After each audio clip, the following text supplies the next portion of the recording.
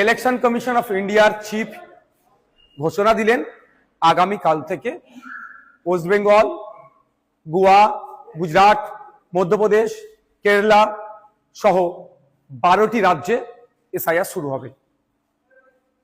এখন তারা কোথায়? তাদের বক্তব্য শুনতে আমার ইচ্ছে করছে। যারা বলেছিল পশ্চিমবাংলা এসআইআর হতে দেব না, করতে দেব না, তাদের অবস্থান কি? আটকাতে পেরেছে?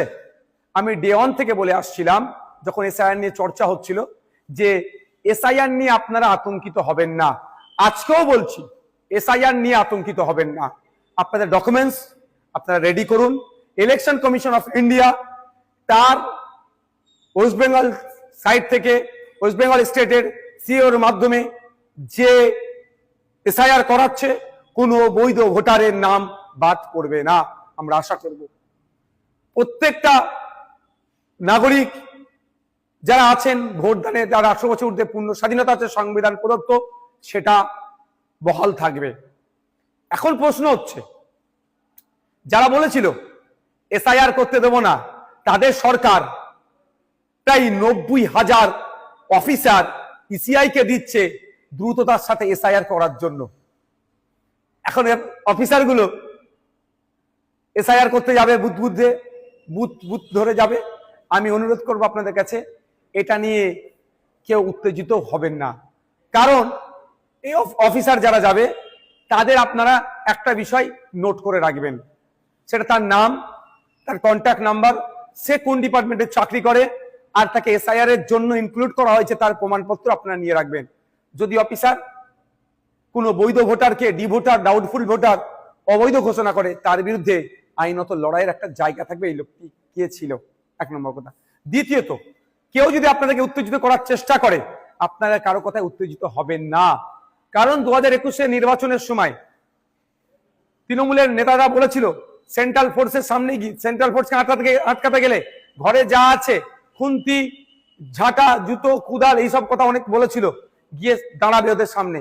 এই করতে গিয়ে শীতলকুচিতে সেন্ট্রাল ফোর্সের গুলিতে 4 জন মানুষ মারা গিয়েছিল। আজকে 4 বছর অতিবাহিত হয়ে গেল, এখনো কিন্তু বিচার পেল না।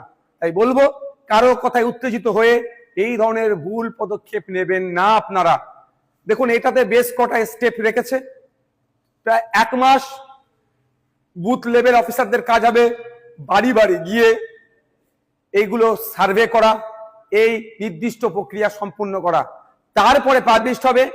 পাবলিশড হওয়ার পরে প্রায় 1 মাস, হয়তো কারো যদি নাম ইচ্ছাকৃত হোক, অনিচ্ছাকৃত হোক, বা ডিস্টার্ব বাদ পড়ে বা ডিস্টার্ব হয়, সেক্ষেত্রে তার বলার সুযোগ, অভিযোগ জানানোর সুযোগ পাবে। একটা অনেক টাইমের এটা একটা প্রক্রিয়া আছে। সুতরাং হুট কথায় কারো কথা শুনে উত্তেজিত হয়ে যাবেন না, কারো ফাঁদে পা দিয়ে ফেলবেন না।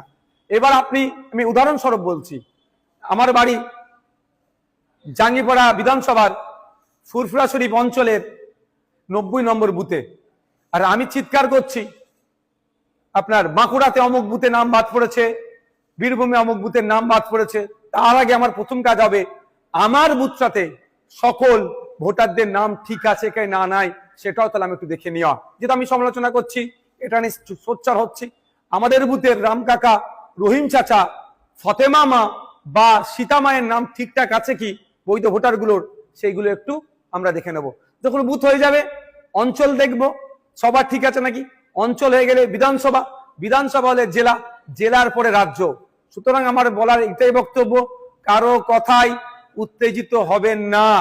উত্তেজিত তারাই করতে চাইছে যারা রাজনৈতিক কারবারিরা। এই রাজনৈতিক কারবারিদের ফাঁদে পা দেবেন না। আর এসআইআর নিয়ে অযথা আতঙ্কিত হবেন না। আপনার কাছে যে ডকুমেন্টস আছে যথেষ্ট এসআইআর এ, অর্থাৎ নাম থাকার, অর্থাৎ বৈধ ভোটার হয়ে থাকার। তারপরেও বলে দিচ্ছি আপনাদের, আমরা ইন্ডিয়ান সেকুলার ফ্রন্টের পক্ষ থেকে হেল্প ডেস্ক আমরা করছি, যে এবং ভাঙনের জন্য স্পেশাল হেল্প ডেস্ক আমি করব। ওখানে যদি কারো কোনো রকম যোগাযোগ, কারো কোনো রকম কোয়ারিজ থাকে, আপনারা আমাদের সাথে যোগাযোগ করবেন। আমরা এক্সপার্টদের দিয়ে এই সমস্যার সমাধান করব।